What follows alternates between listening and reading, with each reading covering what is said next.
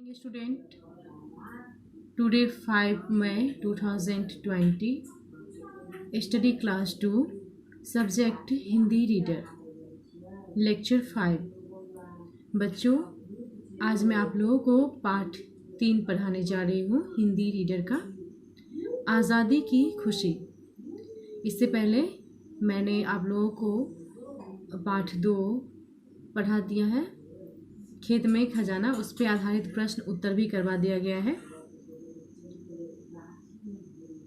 तो शुरू करते हैं पाठ 3, आज़ादी की खुशी। रविवार का दिन था। स्वामी और बेलू खुश थे। एक तो आज छुट्टी थी और दूसरी दादाजी उन्हें उपहार दिलाने वाले थे। बच्चों, रविवार का दिन था। स्वामी और बेलू बहुत खुश थे। स्वामी और बेलू 2 भाई थे। एक तो आज छुट्टी थी और दूसरी दादाजी उन्हें और उनके दादाजी उन्हें उपहार दिलाने वाले थे।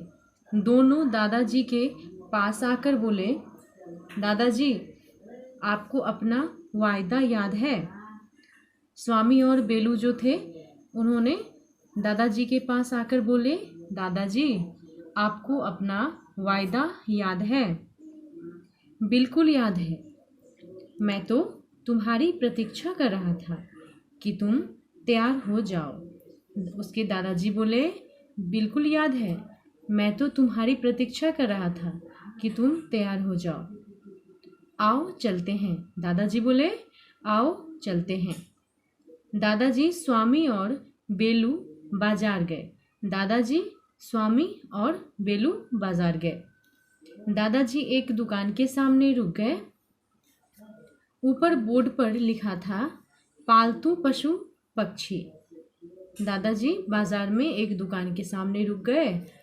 ऊपर बोर्ड पर लिखा था, पालतू पशु और पक्षी। सामने एक व्यक्ति मुस्कुराया। आओ सर, नमस्ते। बहुत खुशी हुई आज आप मेरी दुकान पर आए। सामने एक व्यक्ति जो खड़ा था वो मुस्कुराया और बोला, आओ सर, नमस्ते।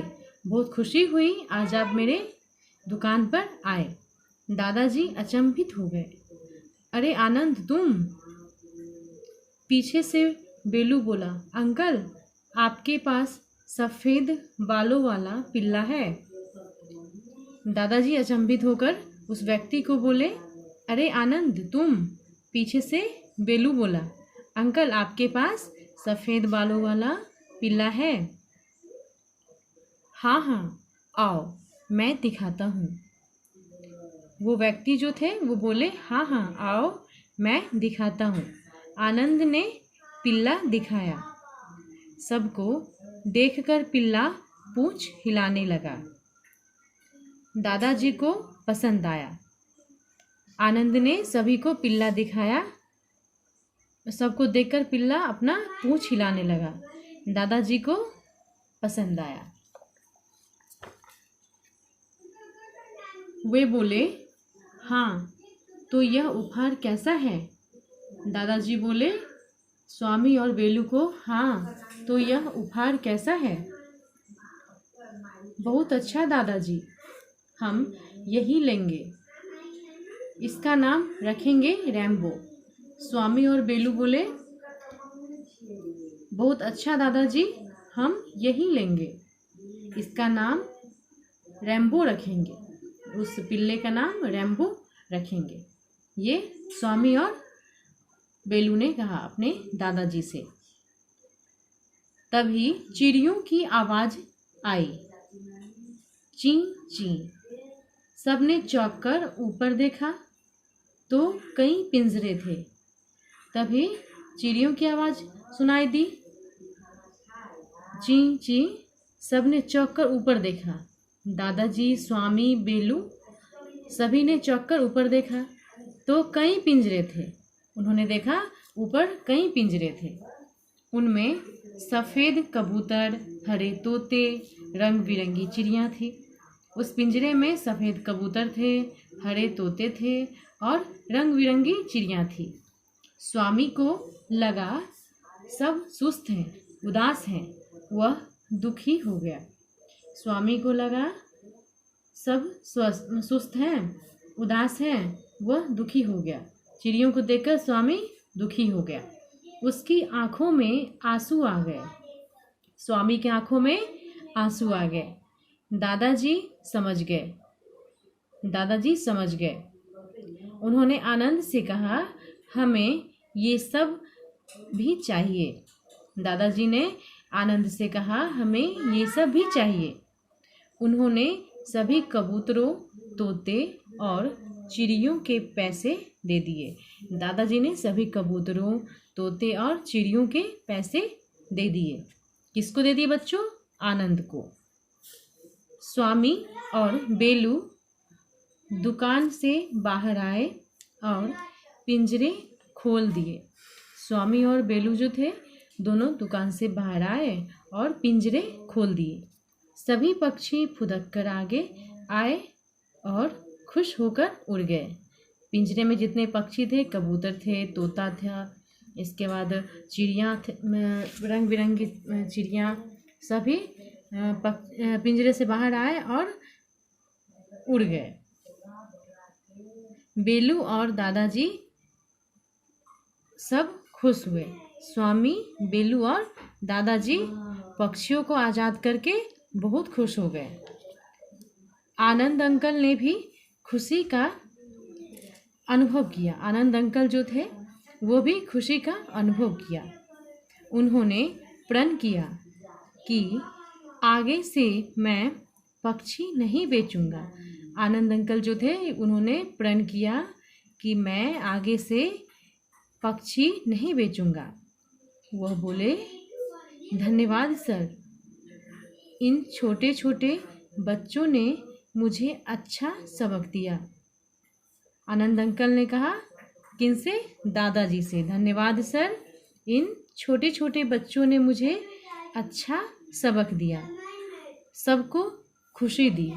वे सब खुशी खुशी घर लौट आए। दादाजी, स्वामी और बेलू खुशी खुशी घर लौट आए।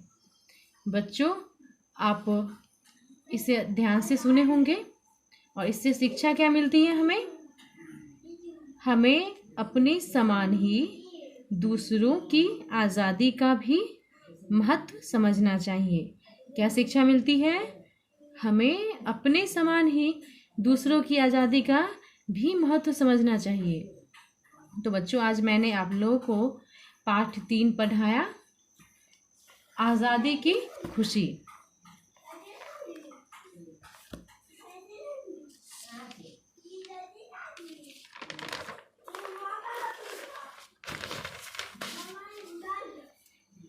बच्चों, अब आप अपना पाठ्य पुस्तिका निकालें और इसे अच्छे से नोट करें, साफ साफ सुंदर अक्षरों में।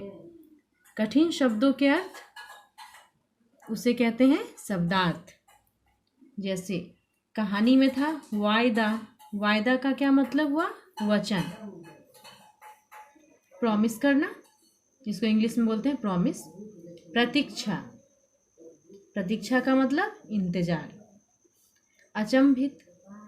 अचंभित इसका मतलब हुआ आश्चर्यचकित होना। सुस्त। सुस्त मतलब आलसी। उदास। उदास का मतलब हुआ दुखी। आज़ाद। आज़ाद का मतलब हुआ स्वतंत्र। प्रण। प्रण करना मतलब प्रतिज्ञा करना। प्रण का मतलब हुआ प्रतिज्ञा। सबक का मतलब सीख। बच्चों, आप इस शब्दार्थ को अच्छे से अपने कॉपी में नोट कर लें और इसे याद करें। आज का आपका गृह कार्य है, शब्दार्थ को पाठ्यपुस्तिका में साफ साफ लिखें और याद करें। हैव ए नाइस डे बच्चों। Thank you.